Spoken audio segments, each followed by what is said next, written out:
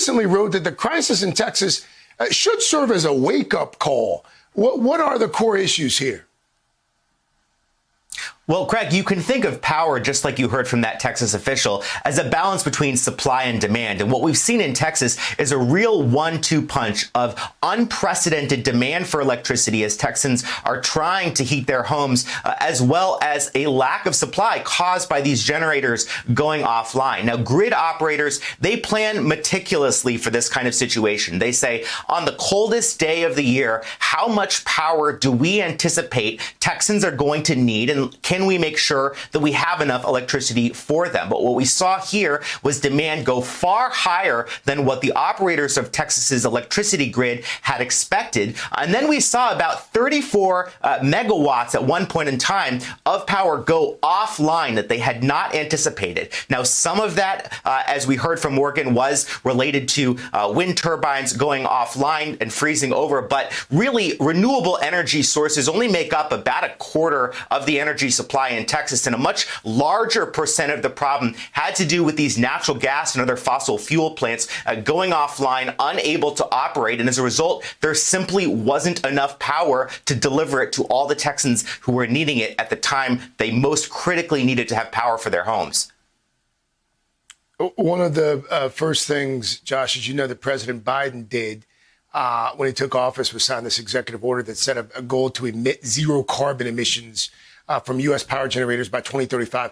That would require a massive shift toward renewable energy away from fossil fuels.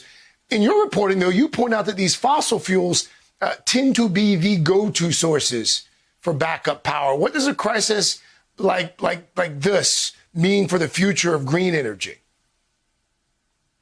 Right. So when you have an excess need for power, you want to have plants that are basically already online, spinning, able to quickly amp up their supply so that people can get that extra power that's needed. But that tends to come from things like natural gas plants, coal plants that can fire up real quickly. As we move as a country to largely renewable sources so that we can zero out emissions from our power sector, as the Biden administration has committed the U.S. to do by 2035, we're going to need to make sure that we have other ways to surplus power into the system from green sources when we need it most. A lot of that is going to have to do with amping up the ability to have massive batteries that can actually store power when it's not needed and then release it into the system when it's needed. We also need to improve our transmission lines across the country so that if you have power being produced from wind or solar in one part of the country, but at a time when it's dark or the wind is not blowing in another part, you can pull power from one part of the country to another, balance everything out,